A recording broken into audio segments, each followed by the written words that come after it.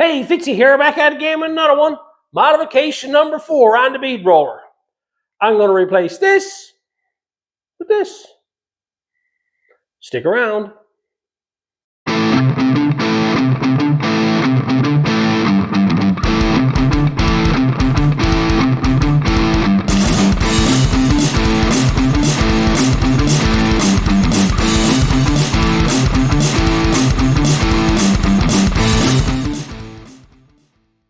So, we're back again at it. So far, we've turned around and reinforced the bead roller. We've turned around and put a crank handle on it, and then we made a stand for it and reused an engine stand in order to mount it on. Up until this point is basically a lot of fabrication and stuff like that. What I'm going to do next is probably the most important thing I wanted to always have, and that was to motorize it, okay? I went online and found a video, this one here. He has a good explanation of the parts that he uses, his part numbers and all I did is I like what he had done, and I decided to go that route. I wanted something that controls, something I could slow right down, okay? I've seen guys putting drills on them, grinders on them. I've seen chain-driven units. I've seen it all on these. I've had to look at all kinds of videos, but the one I liked the most was the one that was driven by a winch, okay? So here's what I got over here. I went online, I bought all this stuff on Amazon. It's not that expensive, $30, $40 a piece or whatever. This is the inverter. Basically, this takes 110 power from the wall and converts it into 12 volt, because the biggest thing with this is I'm running the actual winch, okay? And then I got this here, this controller. This basically actually is a speed controller, and I can actually slow it down, speed it up. I can go make it go backwards and forwards from a little switch. All this stuff I come across the part numbers on his YouTube channel, and I just went about it that way because I like the way he had it done, and so this is what I come up with. Then I just went out and I got this generic foot pedal, okay? Comes with a cord and everything on it, and I'm cutting it up. It's a nice heavy duty one, so that'll be what I'll be using. Over here, I got the original crank that came on it. I might use it, I don't know. I'm going to cut the handle off it. I'm going to have to see now, because I got to find some way to convert this to this here. Now, all this is here is a 3,000 pound winch that you'd have like for side-by-side or quad or whatever. I picked this up a few years ago, last year I think it was, at the swap meet. So I didn't pay a lot of money for it. And it came with some wiring and a switch, right? So I got lots of wiring there to wire everything up. I'm going to reuse what I can. I've already checked this here to make sure that it all works and everything. And so now the whole thing with this is, what I got to do now is figure out a way to adapt this to the shaft, which is this piece here, goes into the over here. So that'll fit on here. So this is what I'm going to do now. So what I'm going to do here now, first of all, I'm going to take this all apart, see how it all works, and design some sort of way that I'm going to run this to the bead roller. So here's where I'm to. I got it all taken apart. I need this piece here. I might use this here because of the bracket, and use that there. And so I got the holes and everything for lining up on that. The bolt on too. There's only 2 bolts going to hold that in place. There on the bottom. Okay. Now what I got left here is, this is the wheel after cutting it in half. Okay. That was the actual wheel itself. I cut it off because I only need this piece here. This here is the shaft that went through it to change it from reverse to forward, or put it neutral, sorry. And that was on the end of it. I broke it off the end of it because I think that's a pressed on piece. So I just turned around and broke it off because I don't need this piece, okay? There's the 2 mounting screws, and that was a part of that there mechanism, so I don't need none of that. All I need is this spring and this gear and this piece here. I won't need this. This is the outside piece, so I won't need that. This is all I need, because this here spring goes down inside here. This goes into there, and then that slides into there. Okay? Now, what's going to hold it in place is when it slides on to the end of this. Okay, it's not going to come out again, is it? That's out. This here has to slide on or fit over the end of this here. Now, here's the problem I got. It's 2 different diameters, see? So I'm here sizing all up, grinding this down to this diameter here. All this takes is a piece of sleeve. It haven't got to be perfect. I got a sleeve to go over the top of this here. That's what I need to find. And just have it so I can put a keyway in it, a set screw, like a set screw over here. And then you can actually just do the same thing with this here. Just grind off so much of this here, or dress off it, machine it off, I should say. I'm trying to do this without any help. I got a buddy of mine got a lathe, and I know for a fact I calls him up, he's going to say, yes, come on, we'll chuck it up in the lathe and we'll grind it off. Well, I'm trying to do this with basic tools here now, and trying to figure this out. So I'm going to play around with it here now, and what I got figured out is that I'm going to use my lathe, or try to. This is my goal. If it doesn't work out, I'll turn around and I'll go the other route with it. You know, it's me now. I've after trying a bunch of stuff, I had to do it twice. I got this here. I got this long bolt with the nut, and I got the drill bit that's the size of this here, because this won't fit in here right now. Okay? And then I got to flip it over there, but I got to find a spacer to put in here. And I found this, and with a bit of tape on it, fits in there right nice. And then that fits inside there. It hasn't got to be precise, okay? Well, it's got to be so precise. As long as I can get this down to a diameter that I can slide something over the top of it. Because you got to remember, this here, when this is put in here, this here has a lot of give, okay? This can be wobbly like this and still work. Now, I don't want it like that, now mind you, but still in all, I've just got a little bit of a shake in it. I don't mind it so much, okay? So that's what I'm up against. Now I got to turn around and take this here now, figure this out so I can chuck it up in the lathe, or try to anyway. Some way, shape, or form like that, so I can grind the end of it down. I don't know if this is going to work or not, but I'll give it a try. We'll see what happens, and if not, I'll have to go get it machined off. I heard playing around with it, and I turned around and had it rigged up in this, and it was wobbling, and I was trying to figure out why it was wobbling. I had it all centered and all that type of stuff, so I took it apart and had a closer look at it. All I did here is I just ran a bit down through, because there was 4 layers on this here. I never had to drill this end here. The hole was already there, okay? I just made it a little tiny bit bigger. If you look at that, you can actually see that it's off, okay? The center of this is off. And I said, well, is it like it all the way through? I came over here and I measured from the depth of the teeth out to the outer edge. And as you go around, this here is not even centered, okay? So what it is because it's a slow-moving item, they weren't concerned about it being centered. But if you look at that, you can actually see, you can almost physically see that that gear is off center a small bit. Now, it's not a lot, okay? But when you measure the distance from the bottom of the tooth here out to this edge here, as you go around, you'll find that it'll actually touch, and then there'll be a gap on the opposite side of it. And of course, over here, you can actually pretty well see it. That is wider over here than it is over here. So I'm here thinking about it. I said, if that's the center, that's all I got to be worried about, because that's going to be the gear. It's going to ride on the gear, and the gear is centered. So I haven't got to be worried about the wheel. All this up here got to be all true and round. And so if I grinded it to be true with the center, it should be fine. So here's where I'm to. I got this put through the center of that there, and in through there. It is not spinning the best. Right? The bolt is even off a small bit. Right? But this here is off a lot. Like, you would think that it's the way it's all mounted, but this here bolt, if you look at the bolt on the end and the sleeve on the very end, seems straight. But like I was saying, the hole going through the center, this is off center. Now, it doesn't help that this here is off a bit too, right? But I'm going to try my best here now and try to wing it the way it is. I went out and I broke down about a coupler. It's a 1-inch coupler, and it's just a matter of having that there now, so that'll slide on over that there. And I'm going to go into about here somewhere with it and hope for the best. So we'll see what it makes out with us here now.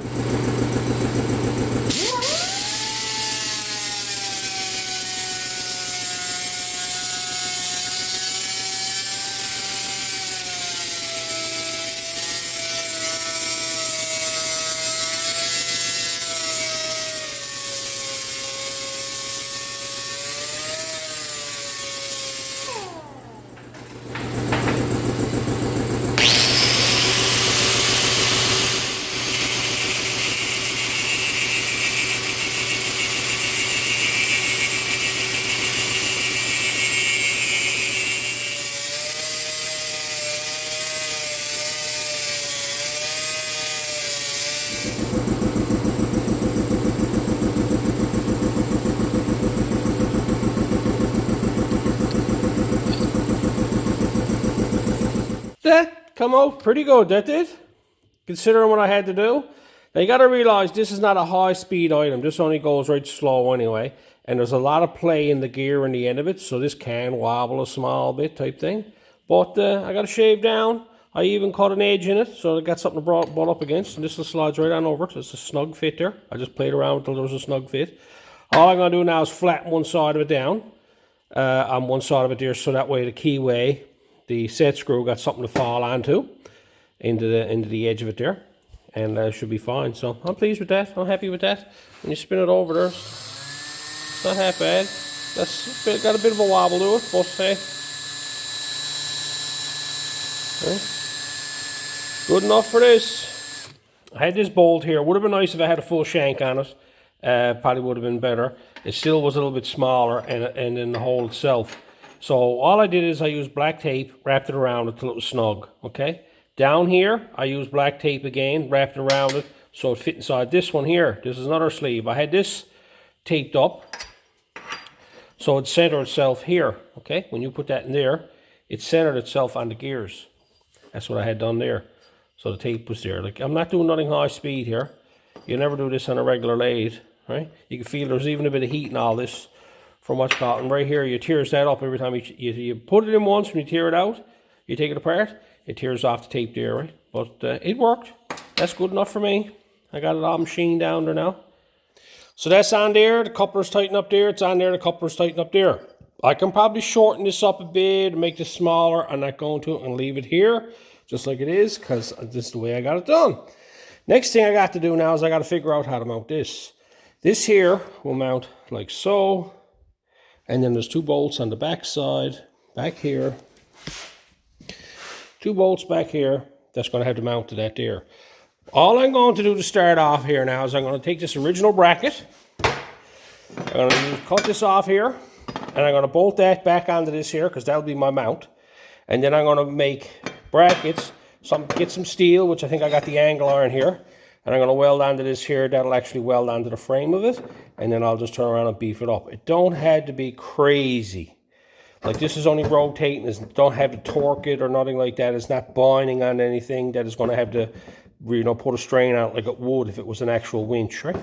All it's doing is just rotating. That's all it's doing. You get a little small bit of a strain from rolling on the bead in the metal, but nothing extreme. So I'll get this trimmed off and get that bolted out, and then we'll see where we go from there.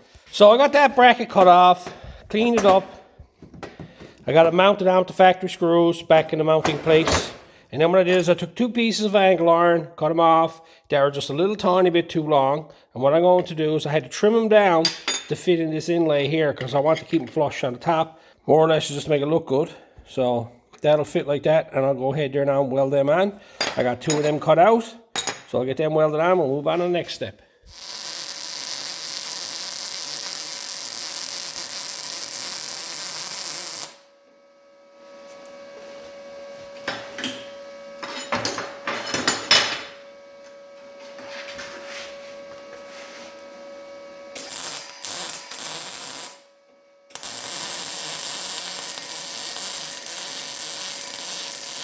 There you have it. Simple little bracket. Got it all welded together there inside. I never welded the ends here because that's where the is mounted to, and I figured that would interfere with it. But I'm going to bolt that back on now and fit it up and size it up. I cut these the length here now. I may have to shave off a small bit there to make this fit. So I got it all trimmed up. Trimmed it all up, cleared the gear. The overlap of a small bit there. And I'm just basically just put it in place there, and where it wanted to sit is where I put it. And I taped up these gears because the MIG welder always throws slag out. I'm going to get no slag on the gears, so I just threw them up there. But I have this tack welded in place here now. What I'm going to do is I'm going to go through the motions now. I'm going to hook it up to the battery charger and just see how everything works, see if it's okay. And then if it's best kind, I'll go ahead and weld them on.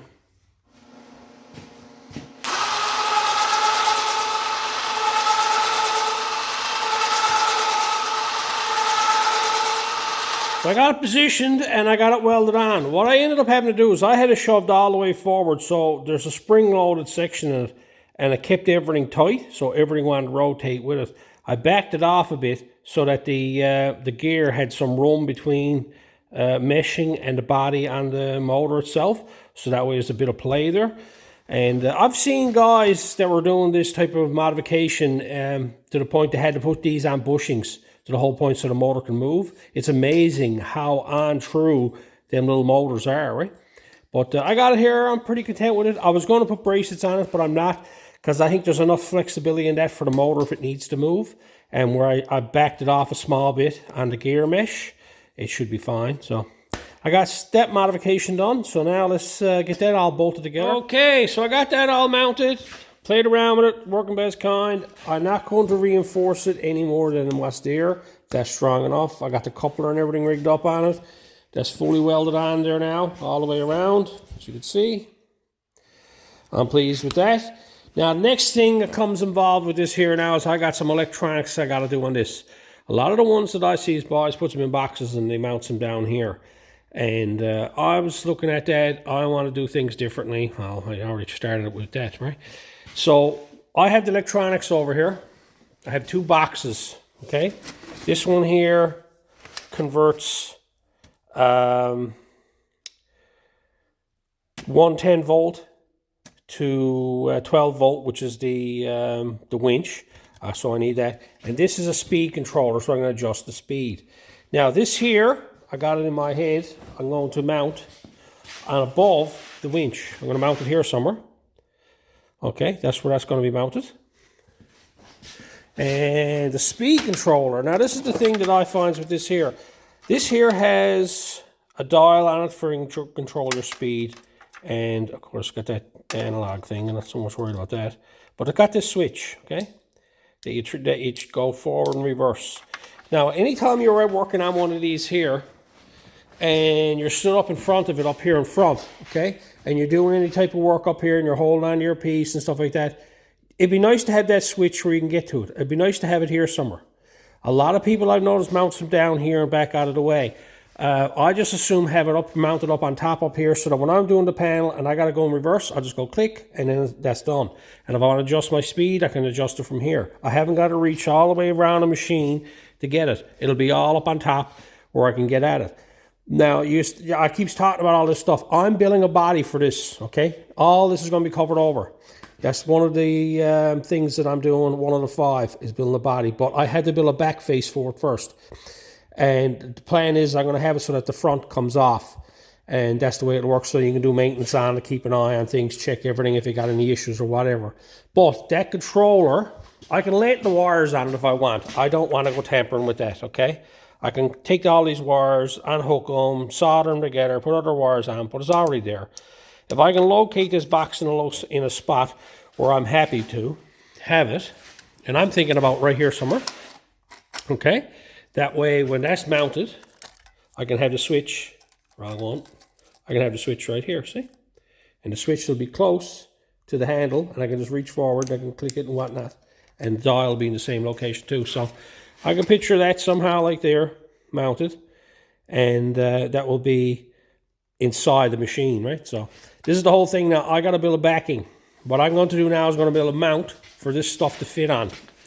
I've been playing around with the back section, which I'm concentrating on first, and this is a piece that I got made up that's going to mount right here, and is going to be welded to this here and welded up along here, because this has to step in. This has to come in and step into here to go to this point here. And I'm going straight back from here, back to about here somewhere, coming up and coming forward. But it's going to be high up here because I want this here to come up, go forward, and I'm going to drop it down on an angle like that. So I'm going to go ahead, get it all bent up, and when I come back, I'll have something bent up here, and you'll get to see it, and I'll show you what I did. So here's what I come up with. This is more of that shelving stuff that I had kicking around. It's there stood up in the corner. See sheets of it there. And these sheets were 24 by 24. And what I did is I needed a 24-inch piece to start this off. So I just turned around, marked it all out, bent it all up. This is what I come up with. See, in here now, the motor will be inside. The electronic piece will be mounted here. And then I can do all the wiring in here and then have it all run to the back side here. It'll be welded on this section here. What I'm going to do is I'm going to drill the 2 holes here, access holes for to mount the motor on it. And up here, I'm going to fold this in and over So you can get the 2 bolts here. They'll be bolted on through this here. So, you know, it'll be bolted that way. And this here will taper off. I'm probably going to end up rounding this corner off up here on the top side, but I'm going to leave it that high. Because what I'm going to do is I'm going to taper it off from here, coming down to here then. That way I can put the other motor here and I can put the 2 switches on the top. So I got it figured out here now, and I had to bend it. See, now you can look in through here, you can see the gap. I got to bend the lip on the end here so it folds in here, which is roughly about a ½ inch. And I marked it, but it didn't mark in the right place. So I'm glad I bolted this on in place or mounted this. I got a level and everything, so now I can actually go in there now and mark it and do the bending that I got to do over there. It's going to be a tricky one to do. I'm probably going to end up doing it in the voice with a couple of tweaks. It mightn't look pretty when it's first done, but I'll dolly it up and make it look very fine. So I'll get that one done now. I got it bent up on the voice. Just used the voice to make the bend. I had to bend it in and bend it out, so now I got to flush to that there. And I've after mounting it on here now, and you can see I had to cut that down there, and I had to cut it up here, same thing on both sides. So what I'm going to do now is I got to trim that off. But what I'm going to do here first is I'm going to drill these holes out where everything is mounted to. So the mounting holes are in the same locations. They're all here. I'm going to mark these here now and drill them out and drill 2 of these out. So that way I can take these 2 now and I can bolt that back on.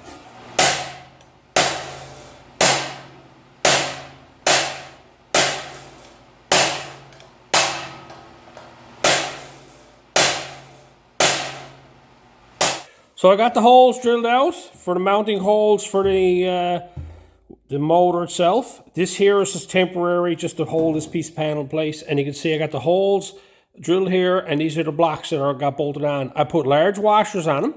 If you saw me there going with the screwdriver, I'm going to get out of my own light here. And you can see what I done then is I took an old screwdriver and I used it like a chisel and I tapped it around. It was a small head on it. And I rounded out the edges. It'll be a nice finished piece going around there. And over on this side here, you can see now the way everything's going to be laid out. Motors there. This wire here will pass in through the back here and come up through here and hook onto this. This one will go up here and hook onto this. So I'm going to go ahead now and make the piece to go here and get that ready to go. And have it so I can mount my little panel there. So here's where I'm to. I cut out another piece of that stuff and I bent it up.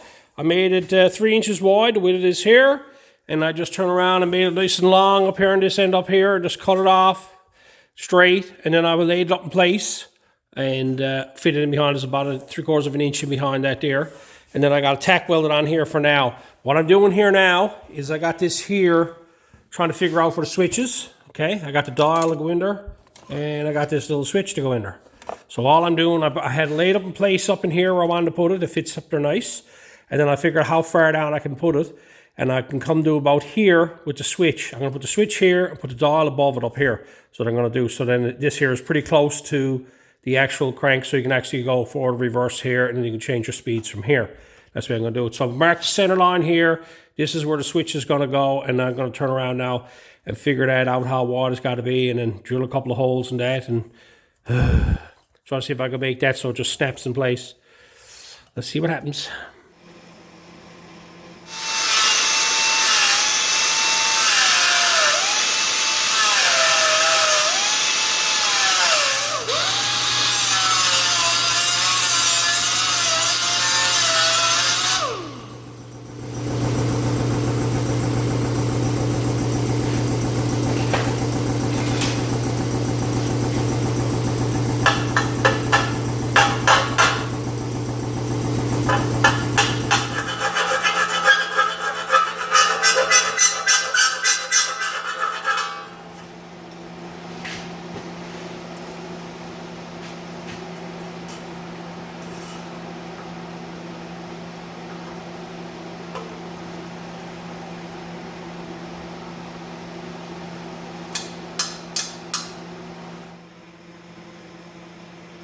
So here's what I got done. I took apart the case, okay, and I made this little bracket here, okay.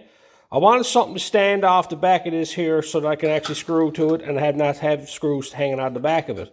So I can actually take it apart. I build everything to take it apart. What I'm going to do then is I got this here bent up. This is about 3/4 of an inch off the thing. Just made from more of that scrap steel. I bent it all up in the vise. And I put 4 holes in the corners of it. Little spot welds. So all I end up doing now is I'll weld these here in place when I get it in place. I got to make sure that this is going to reach right here, and there's lots there because that got to plug in right here. So that'll be fine. So I got it all in place there and all mounted. This piece here now is a digital readout. I'm not much worried about it, okay? I'll just go and tuck that in there out of the way. I won't even bother to hook it up because you can't, it's tricky to rig that one up because of the way the face is on it. It's jammed in there now, can't get it out. Huh?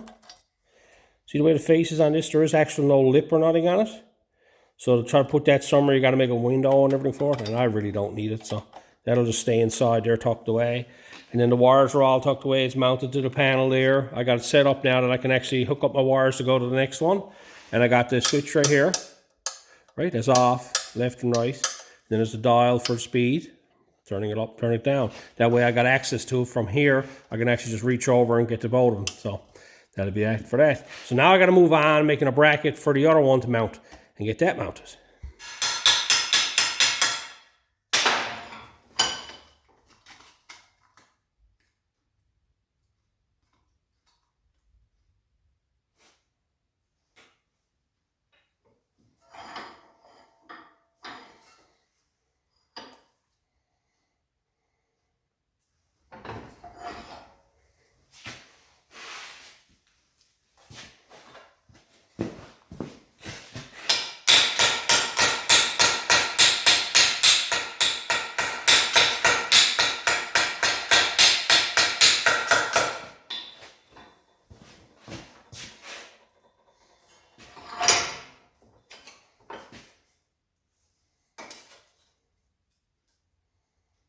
So I got the bracket all made.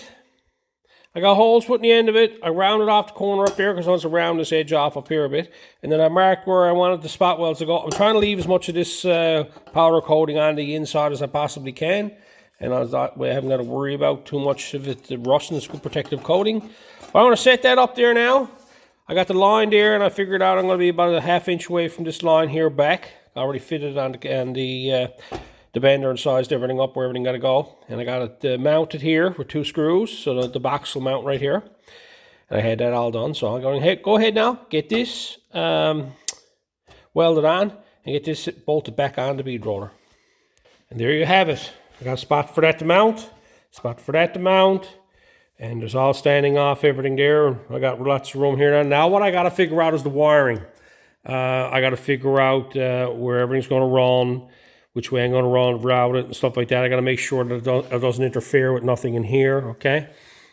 So I'm going to go ahead now, get all the wiring figured out, and when I get it all ironed out, I'll show you what I got done. So here we are. I got it all rigged up, wired up. After testing it, it worked. I had one issue, only to realize it was my plug. I went and took the plug off of the switch that came with the switch, and I turned around because it wasn't long enough. I wanted something that had a bit of length to it, and I had an old extension cord here, and I cut that up and used that for that. And when I hooked it all up, it didn't work. And the reason for that was the plug. So I found a plug up on the cabinet there from an old grinder. And I went and turned around and I rigged that up. As you can see, if they're in good shape and the ends are still on and the grounds are still on them, I'll hold on them. So you don't need a lot of cord for this. I'm not looking to plug this into the wall. You probably can if you're next to the wall. But the biggest thing I want is I want to have a bit of room to move the pedal around. So, you know, you can take the pedal and kick it around on the floor a bit and get it out of your way and change positions. I didn't want that too short. I wanted lots of leeway on that. But anyway, the power comes in here from the wall. When you plug it into the wall, the power comes in and goes up along here and goes up to these top 3 here. This is the wire here. It goes in the top 3 on the top side here. That puts 110 into this box. Now, everything coming out of this here on the bottom, this here is 12 volts, okay? And what that does then, that feeds 12 volts to whatever item you want to run. Now this, what I got done now is this 12 volt, that runs over and feeds into the speed controller, which is this box here. What that does, that converts, you can actually control the speed of it from these switches up here. Coming out of that, we got a positive and negative, okay? The negative side runs over and goes down to the negative side of the motor. The positive side comes out, goes down, goes into the switch, passes through the switch, comes back out of the switch, and hooks up to the positive side. That's how it is disrupted, is through the switch on the positive side. So that's all rigged up there. And that's the way it's done. I have for testing it, and it works, so I'm going to show you there now. Okay, the first thing we do is plug it in. Alright, light came on in a little box there. We'll go over here now and get that on. That there now is turned off. So when I press on this, there's nothing. Okay? That's a neutral. Either way, there's nothing. So I'll leave it neutral and turn this one on here. And then I can turn the switch one position. Turn this up.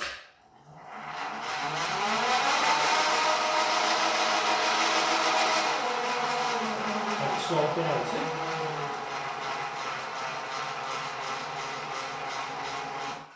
I can flip the switch the other way.